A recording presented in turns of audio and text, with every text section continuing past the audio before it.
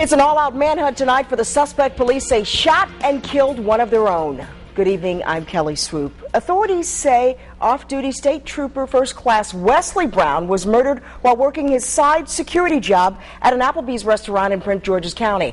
ABC 2 News' Brian Kubler joins us now with the search for the suspect and the story of a promising young officer's life cut short.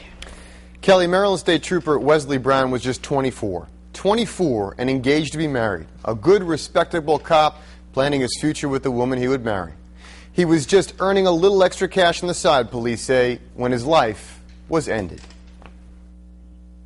Just looking at Trooper Wesley Brown's Maryland State Police photo, you can see the promise in his eyes. A fine young officer, 24, about to get married and start a family. All of it cut short by the screaming bullet from an angry man.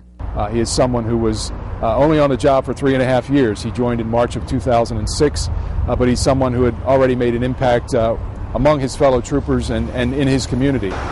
Because for some cops, this is a job. For Brown, the badge was a calling. He lived in Prince George's County and patrolled here. He even started his own organization to mentor hundreds of young men in the area. It is his mentoring that makes it clear Brown saw the reach of his position well beyond the muzzle of his gun and was determined to share it. Now his family relies on the very same qualities of his colleagues to catch his killer. In the midst of their sorrow, they're working very, very hard to do their job as law enforcement officers and bring this person to justice. Prince George's County Police are heading this manhunt. Brown was working his off-duty job as security for the Applebee's restaurant in Forestville, Maryland. He escorted a man out of the building last night after he was getting rowdy. The suspect returned, shooting the trooper in the back while he was on the phone in the parking lot, and killed him. The death immediately setting off a swift response from police residents couldn't avoid. When I seen the PG cars go down, I was like, oh well, they always come in the pack. But when I seen that state trooper go down through there, I'm like, uh-oh, this is serious. PG County police say they have a general description of the suspect and may have to look at surveillance video. Residents here hoping they catch him, saying this is a painful exclamation point on a growing criminal trend in the area. That's what the world needs. The world don't need people dying left and right over dumb stuff. Like you said, the guy was just doing his job.